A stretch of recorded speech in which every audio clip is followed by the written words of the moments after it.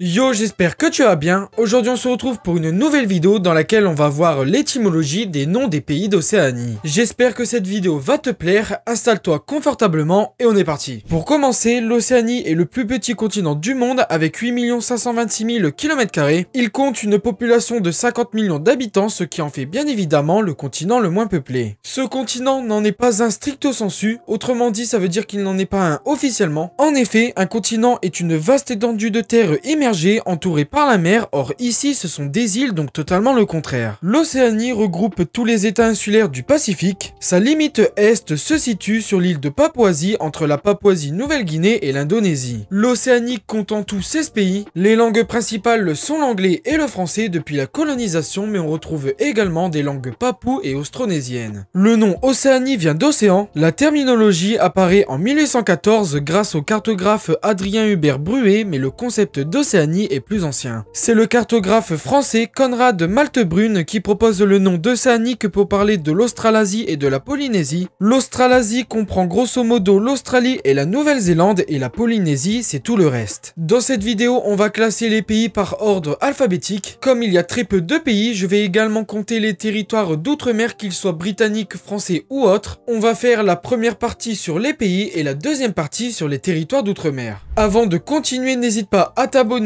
et à liker, ça m'aide énormément et ça me fait super plaisir. Si tu souhaites en savoir plus sur les noms des pays de l'Asie ou de l'Afrique par exemple, les vidéos sont disponibles dans la playlist, je te mets le lien en description. Je suis également présent sur le Discord de Jacadi et sur Instagram, donc si cela t'intéresse, je te mettrai les liens en description. On va commencer par l'Antarctique. Alors oui, je n'aurai pas l'occasion d'en reparler dans une prochaine vidéo, donc je vais en parler dans celle-ci. Son nom vient du grec Antarktikos qui signifie opposé à l'Arctique. On continue avec l'Australie qui est sûrement le pays le plus connu de l'Océanie. Son nom vient du latin Australie, ce qui veut dire austral. Ce nom a été utilisé pour la première fois par les explorateurs néerlandais qui croyaient que la Terre était beaucoup plus étendue et non une île. Matthew Flinders, qui est le premier à avoir fait le tour de l'Australie, utilise le nom Australia en 1814 dans son ouvrage, ce qui entérine ce choix. Nous avons les îles Cook et elles portent le nom de James Cook qui était un explorateur britannique très célèbre car il a découvert la plupart des îles d'Océanie. Celui-ci les a découvertes en 1770 et donc son nom a été donné en son hommage. Pour les Fidji, ça vient du tongien Fisi, c'est une langue voisine des Fidji mais qui n'est pas parlée dans le pays. Dans la langue locale, le pays s'appelle Viti. La principale île, Viti Levu, a donné son nom au pays, cependant son origine est inconnue. Nous avons les Kiribati, on prononce à tort Kiribati, on devrait plutôt dire Kiribati. Kiribati est adapté de Gilbert qui est le nom colonial. Les îles Gilbert ont été nommées ainsi d'après le capitaine britannique Thomas Gilbert qui les a découverts en 1778. Nous avons les îles Marshall. Comme pour la plupart des îles d'Océanie, elles ont été nommées en l'honneur d'un explorateur. En l'occurrence ici, c'est le capitaine britannique John Marshall qui a découvert le pays en 1788. On a les États fédérés de Micronésie. Micronésie, ça vient du grec mikros qui veut dire petit et nésos ça veut dire île. La traduction exacte est alors petite île. Nous avons Nauru. Pour son origine, nous ne sommes pas vraiment sûrs. Il pourrait venir du Norouan Anaohero qui signifie littéralement je vais à la plage. L'île qui a été une colonie allemande était surnommée l'île Naodo ou Onaohero. Pour Niue, ce ne sont que des hypothèses. Niue signifie probablement noix de coco et le E ça signifie regarder. Elle aurait été nommée ainsi parce que des explorateurs polynésiens auraient retrouvé une noix de coco qui flottait à proximité de l'île. Pour la Nouvelle-Zélande, ça fait référence à la province de Zélande aux Pays-Bas. Zélande en néerlandais ça veut dire terre de mer. Cette région néerlandaise est caractérisée par ses nombreuses îles, d'où le nom choisi. James Cook va adapter le nom et le traduire en New Zealand, ce qui a entériné le choix. En maori, qui est la langue autochtone, on appelle le pays Aotearoa. Cela signifie le pays du long nuage blanc. Pour les Palaos, son origine est inconnue. Je peux juste vous dire que le nom local est Belau ou Belo. Nous avons la Papouasie-Nouvelle-Guinée. Son nom a été créé seulement au 19e siècle. Papouasie, ça vient du malais Papua et il n'y a pas de traduction claire en français, mais ça désigne les cheveux frisés des Mélanésiens. C'est un peuple qui vit principalement dans le pays. Nouvelle-Guinée, de son côté, viendrait de l'explorateur espagnol Inigo Ortiz de Retes qui aurait trouvé une ressemblance avec les habitants de la Guinée en Afrique. Les îles Salomon sont nommées de la sorte par l'espagnol Alvaro de Mendana y Nera quand il les a découverts en 1567 ou 1568. Il croyait qu'il pourrait y trouver de l'or, donc il a donné le nom du roi biblique Salomon qui était connu pour sa richesse principalement. principalement. Samoa, c'est du samoan, le sa pour sacré et moa pour centre. D'après la mythologie samoane, le pays est le centre de l'univers. D'après certains, Samoa, ça voudrait dire lieu du moa. Le moa était un grand oiseau qui était extrêmement important pour les habitants, mais qui est aujourd'hui disparu. Tonga, ça vient du samoan et ça veut dire sud ou méridional. C'est un nom qui décrit la position des îles par rapport au Samoa. Tuvalu, ça vient de la langue locale et ça signifie les 8 îles ou les 8 îles debout ensemble. En réalité, le pays est constitué de 9 îles, mais une d'entre elles n'est pas habitée, donc n'est pas prise en compte. Le nom colonial était les îles Ellis en l'honneur d'Edward Ellis, qui était un homme politique et marchand britannique. Pour le Vanuatu, son nom est un rassemblement de différentes langues du pays. Il est dérivé d'une phrase qui signifie notre terre. Maintenant, on va voir les territoires d'outre-mer. Nous avons Guam qui vient du nom autochtone Guanan et signifie nous avons. Le nom Hawaï peut être séparé en 3 parties. Le A fait référence à la respiration, le souffle de la vie. Le Y désigne l'eau et le I fait référence au Dieu qui est le créateur des hommes et de la terre. On a les îles Mariannes du Nord. Elles ont été intitulées les îles des voleurs par l'explorateur portugais Ferdinand Magellan quand il a vu les îles en 1521. Leur nom a été changé en 1668 par San Vitores. Elles ont été nommées en l'honneur à Marianne d'Autriche qui était la femme du roi Philippe IV d'Espagne. On a l'île Norfolk et ça a encore un nom qui a été donné par James Cook. Elle s'appelle de cette manière pour rendre hommage à Edward Howard qui était le 9e duc de Norfolk. Pour la Nouvelle-Calédonie, c'est encore et toujours par James Cook. Il donne ce nom en découvrant le territoire en 1774. En fait, Calédonia, c'est le nom latin de Écosse. Il va choisir ce nom parce que les montagnes de la Nouvelle-Calédonie lui font penser à l'Écosse. Nous avons l'île de Pâques. C'est un nom qui a été donné par l'explorateur hollandais Jacob Roggeveen qui a découvert l'île durant le dimanche de Pâques en 1772. On entend de plus en plus son nom local, Rapa Nui. Nui signifie grande et Rapa est le nom d'une île polynésienne. Grande Rapa a été surnommée ainsi par les marins polynésiens et par la suite le nom s'est diffusé. L'île Pitcairn a été nommée par Philip Carteret.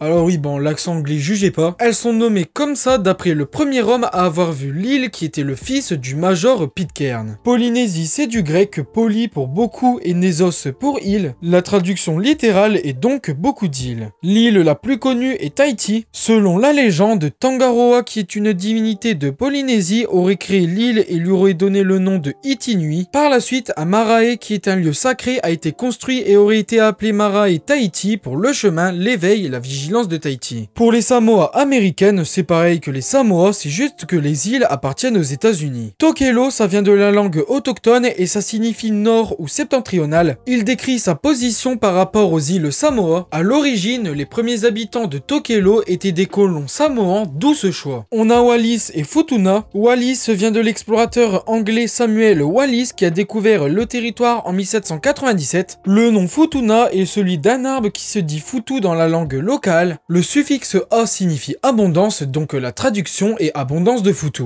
Et bien voilà, j'espère que cette vidéo t'aura plu. Sur ce, tu peux aller voir cette vidéo dans laquelle je te présente la signification des noms des pays d'Asie. Tu peux t'abonner et liker, ça m'aide énormément et ça me fait super plaisir. Sur ce, je te laisse. Ciao ciao.